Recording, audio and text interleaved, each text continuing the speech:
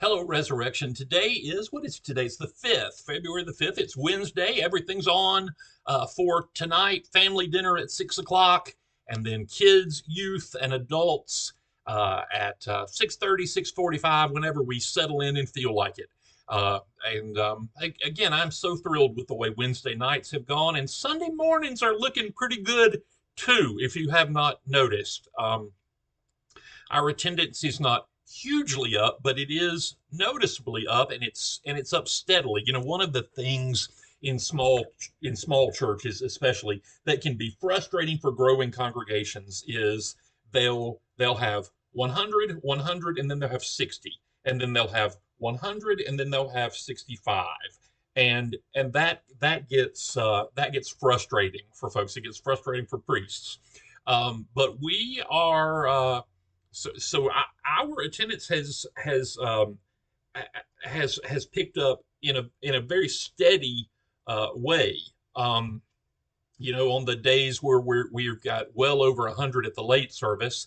And by the way, the early service is hanging around 30, 35, sometimes even 40. We've got a good thing going here, y'all. That was, you remember the days when we had 40, what, 8, 9 years ago. Oh, by the way, it was 9 years on Saturday. That's our anniversary. So happy anniversary! I love y'all.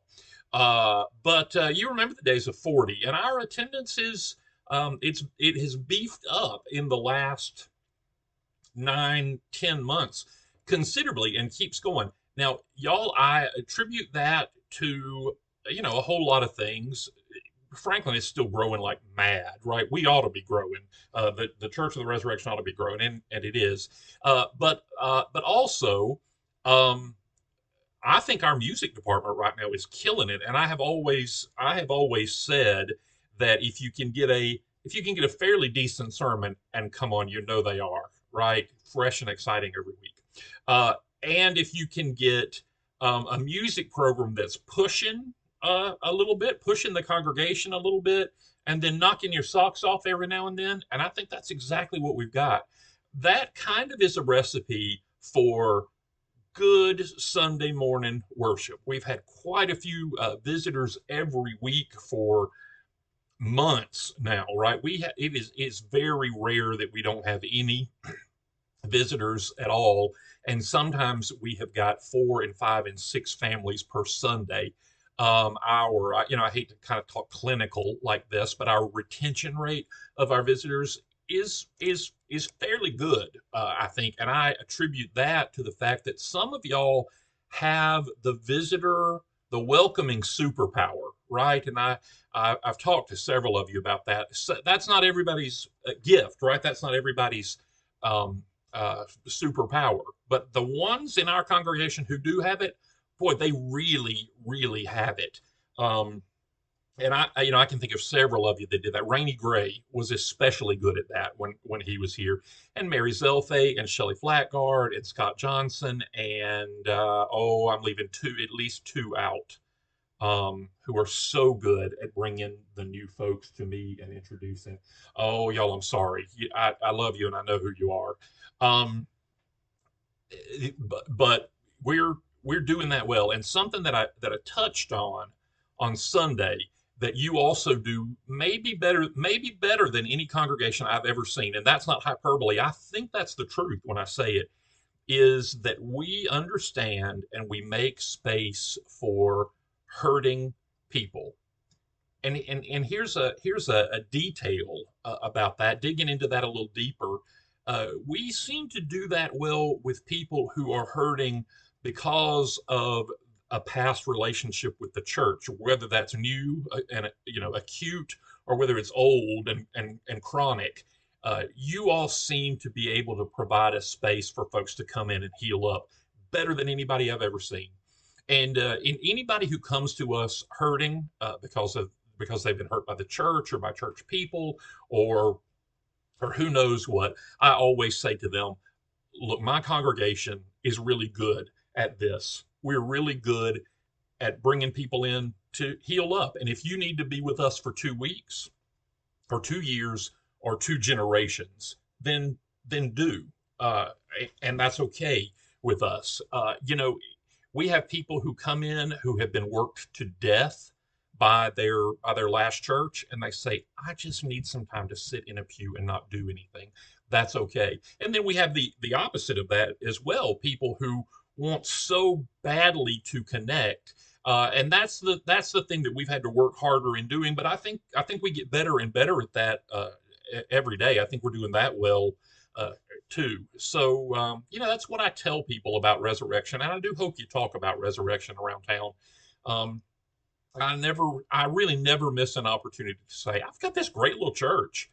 And when people ask me about it, I say, well, it's a smaller church. It's not a great big machine. And I said, so we can get away with things that great big churches can't get away with. And it is full of the nicest people that you have ever met. And I know that nice, that is a distinction that's vague, and that Jesus wants more of us than nice. But that's a great introduction to start with, right? I mean, they'll get to know us better than that. They'll know that there's more to us than nice. But hey, nice is a really good first step, and you are that. You are nice, and you are so many other things as well. I was talking to one of the power moms. Is if you don't come on Wednesday nights, we have a table that I have nicknamed the power moms table. It just seems that the young moms kind of gravitate to this table, the power moms. And one of our power moms, I was talking to her last Wednesday, and I told her something that I have not told y'all in a while, and it reminded me that I needed to tell you. But I know a lot of priest kids who will not darken the door of a church as they grow into adulthood. And for most of them, the reason they won't darken the door of the church is because they have seen church people be ugly. And when the minister is their mom or dad, how that plays to them is, that church was ugly to my mom, or that church was ugly to my dad. And my kids cannot and do not say that about church people. Now, there have been three churches that had been formative in my kids' lives, two more than other. Trinity in Baton Rouge when they were younger, and that's also where they went to school. So it was certainly formative, and it was a kind place to us. But then St. Patrick's in Zachary and Resurrection in Franklin has never shown my kids anything but love. They've never been ugly to me. They've never been ugly to Kim. They've never been ugly to my kids. And my kids can verbalize that now, in their late teens and early 20s. They've never known anything but love from their church, even though their dad is the priest. And I don't know a lot of priests who can say that. And it is remarkable. And it is the greatest gift that you could ever give me and have given me. St. Patrick's and Zachary and Resurrection, Franklin. You love my kids. You love me in spite of all my unlovable qualities. You love me, and I love you too. And I could never be more grateful for anything in the world than the love that my parishes have shown to my family. That's very important to me. It's one of the reasons I love you, but there are a million of them. There are a million reasons why I love you, and I do with my whole heart. If you want to experience a great community of love, come to Resurrection on Sundays. If you want to experience a hoot of a good time, as well as a wonderful community of love, Wednesday nights at Resurrection are really quite something. They are spectacular, and they're hilarious most of the time. I leave with my sides hurting many nights because we've laughed so hard. We'll do that again tonight. I don't know what we'll laugh about, but we will laugh. We will study the scriptures in a very approachable, informal sort of way. We will check in with each other. We'll eat a meal together. The youth group will get together, and they'll have a great time. They usually pop popcorn in their giant popcorn maker, and it has the whole place smelling like a movie theater, which is great. The kids will work in the atrium at the Catechesis of the Good Shepherd, where they really deepen their understanding of the love of God and the relationship that they have with Him and what He did for us. They often understand that better than our adults do. We will do that tonight, starting at 6 o'clock when we eat. We like to eat. Y'all remember there are a lot of things coming up. There are a lot of good musical events coming up that I'll talk to you about.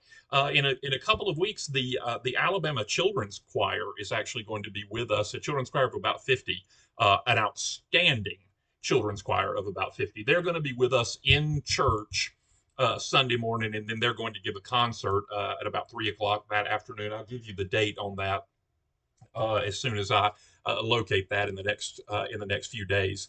That's coming up. Mardi Gras will be here before you know it.